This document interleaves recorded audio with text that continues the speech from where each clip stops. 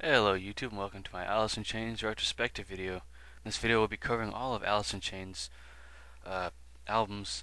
Alice in Chains got started in 1987. They recorded a full demo, pretty much all bunch of songs that would end up on their first major release, which was released by CBS Records in 1990. You have songs like We Die Young, Man in the Box, CSR, Bleed the Freak, I Can't Remember, and It Ain't Like That. Those are some of my favorite songs off the album. Um, the band toured on this record, and they did a pretty good job with it. Um, it's not quite as heavy as the rest of Alice in Chains' discography, but it is good. Mike Starr was on bass on this album. The album was reissued or remastered in 2000. There's really no note of it on the CD at all, but it sounds great. I'd recommend it to any Alice in Chains fan. You can pick it up on cassette, vinyl record, and CD.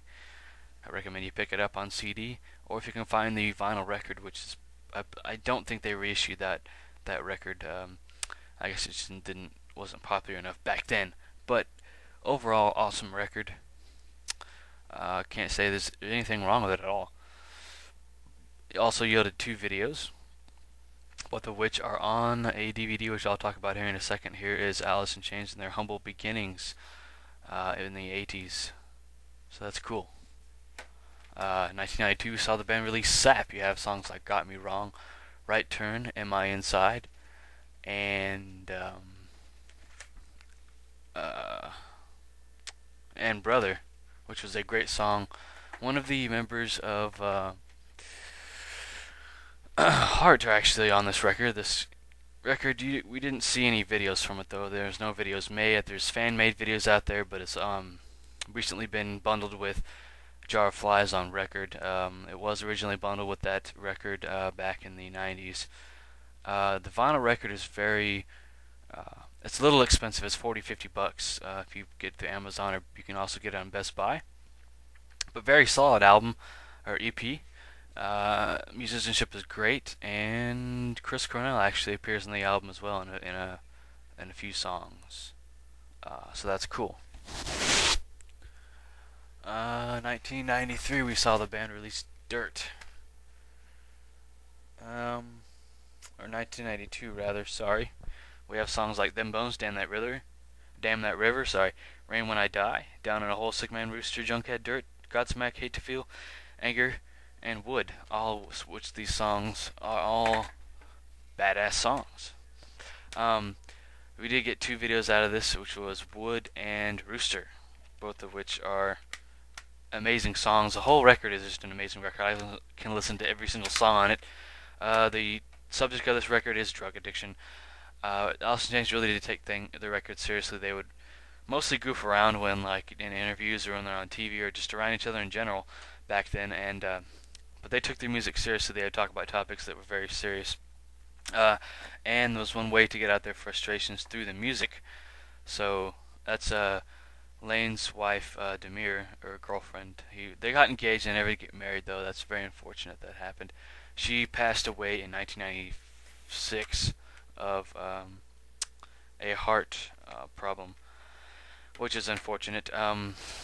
But yeah, overall great album. There is a reissue on vinyl. You can get it at Best Buy or your local record store if it carries it. This album did come out on CD and cassette as well. Has not been remastered, I don't think. It's just been left in original form on the reissue of vinyl record. Interesting pictures there, some from the photo shoot of Dirt. Not a bad record though. I would get it on vinyl record. I'll probably pick it up eventually. 1993, we saw the band release Jar of Flies, which we did get Nutshell and I Stay Away and No Excuses. So 3 videos after that small EP. The band recorded it in only 7 days, and then mixed it, and the next took another week to mix it. You have songs like Rotten Apple, Nutshell, I Stay Away, No Excuses, Wailing Wasp, Don't Follow, and Swing on This, all of which are great songs. The band actually took a more mellow approach to most of these songs. Some of them are full-fledged rock-out Alice in Chains songs, though. The Wailing Wasp instrumental is a awesome instrumental, and it kind of reminds me of what Dimebag Darrell did in Pantera. It's kind of very twangy and solo. It's just one big long solo that is very moving song, even though there's no lyrics to it. It's very mournful song, one that I can listen to, but engineered and mixed by Toby, Ted, Trevor. Great, um, great guy that mixed many Alice in Chains records. Susan Silverman was their manager at the time, and there's a picture of her with the band. You can find that on the internet. But in 1995, we saw the band release their self-titled record, also known as Tripod. You have songs like Frogs, um, what else? Grind, Again. There's a few more tracks on there that also appear on the Unplugged album. You can get this on cassette, CD, and vinyl record. The vinyl record's gonna be a little harder to find since there's only the original 1995 print. I don't think they're gonna reissue it. If they do, that'd be great. I'll get it. I don't have the CD. I do have it in FLAC format though. The record is a great one.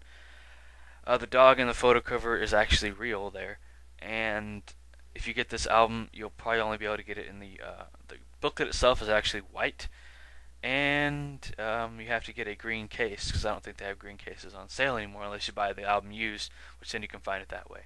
Also came as as a purple case with the name of the record on the inner plastic area. Here's 1996's Alice in Chains Unplugged Performance.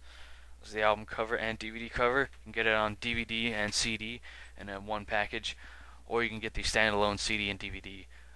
But your best value would be to get it in the CD and DVD. It's a tongue twister. But Alice in Chains performed a very good set on this show. If you get the DVD, you can get the full show with in between song banter. The band goofs around and smokes and kind of talks to the audience.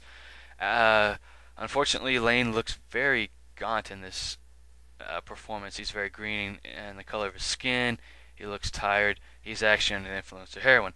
As most people know, Lane really started getting into the drug in '92, and by 1996 he was so far into his drug addiction that he was beginning to pretty much die on us. But 1999, Alice in Chains put together Music Bank, which is actually all the Alice in Chains albums plus demos, outtakes, and rarities, B-sides, stuff like that. We also get some unplugged audio files on there as well as a CD-ROM game that is pretty much like a journey through like the woods or something like that. I don't know. But very good inclusion into the Alice in Chains discography. Something that any fan should get. You can buy it brand new at Best Buy. You're gonna pay a premium though. You're gonna pay a 40 to 50 bucks, and then if you buy it used, it's gonna be $20 or $30 or even less if you can find it on Amazon through a cheap seller. But last year we saw the band release Black Gives Way to Blue, a great album without Lane Staley. A lot of people don't like the Robert Duvall guy, but I don't really mind him, He, or William Duvall, whatever the hell his name is. Anyways, he's not a bad singer. He does add to the band, and let's see how the band does without Lane. You can get this on CD, and it's a great record. There's some Jar of Flies-esque songs on this album, so definitely worth picking up. Well, yeah, so that's all for this video, guys. Thanks for watching. If you have any questions, feel free to ask, and I will get back to your questions as soon as I can. Right now I'm busy getting caught up on these videos, so yeah, thanks for watching.